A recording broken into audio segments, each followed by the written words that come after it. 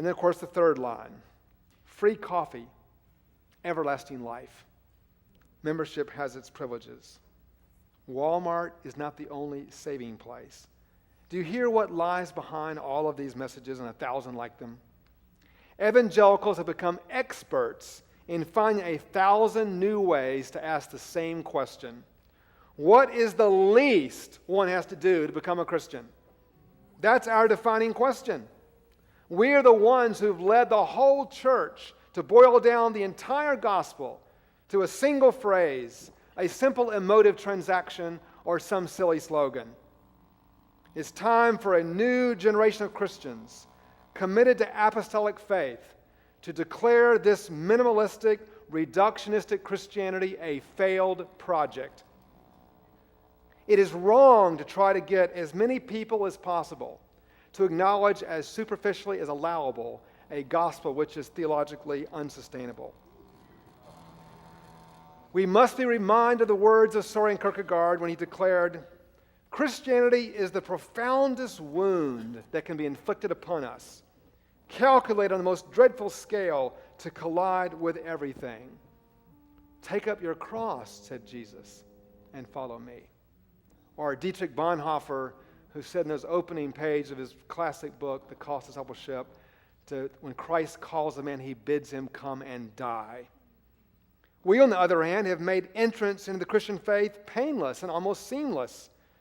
In the process, we have managed to produce as many nominal Christians as Christendom ever did. If the liberal project taught us that denying apostolic Christianity renders the gospel inert and non-reproducible, note the rapid decline of mainline churches, evangelical minimalistic Christianity has taught us that the gospel cannot be reduced to bite-sized piece for mass consumption.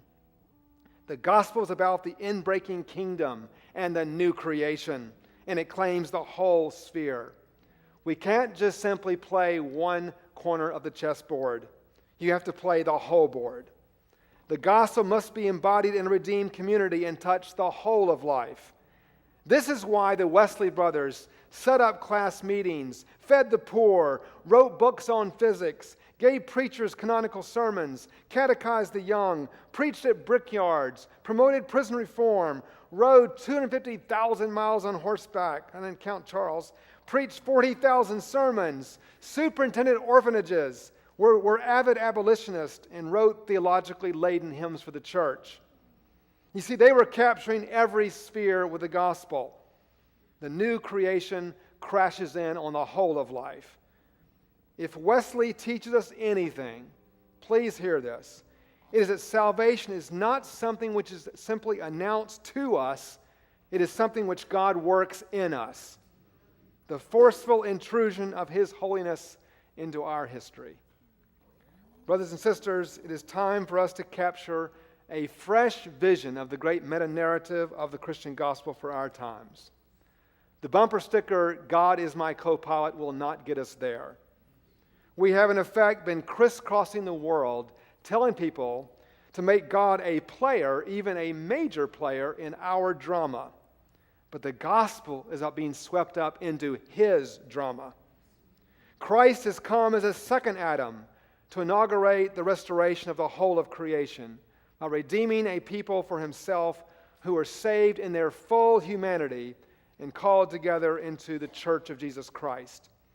Discipleship, worship of the triune God, covenant faithfulness, suffering for the sake of the gospel, abiding loyalty to Christ's holy church, theological depth, and a renewed mission to serve the poor and the disenfranchised.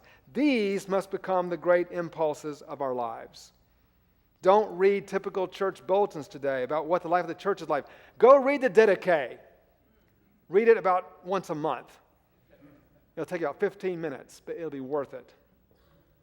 Thus, while some are declaring that the day of the seminary is over and that we are hopelessly irrelevant, we're hopelessly out of touch with culture, and the churches can, quote, take it from here, I want to declare that there's no institution more vital for the proper recovery of biblical apostolic Christianity than the seminary. Amen.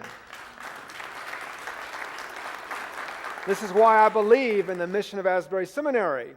Oh, I know we live in the world of Google and Wikipedia, and we now live under the fountain of endless information. What term, what Greek word can't be found at the click of a mouse? But I cannot help but think of Dylan Thomas's remembrance of his childhood Christmas presents, which included, quote, books that told me about everything about the wasp except why. In the midst of the Twitterization of all knowledge, we need profound, thoughtful, nuanced men and women who are, to use the language of our mission statement, theologically educated, and who bring that into service of Christ's holy church. We need sustained theological reflection in a community like this, in contrast to Thomas Friedman's description of our digital world as, quote, continuous partial attention.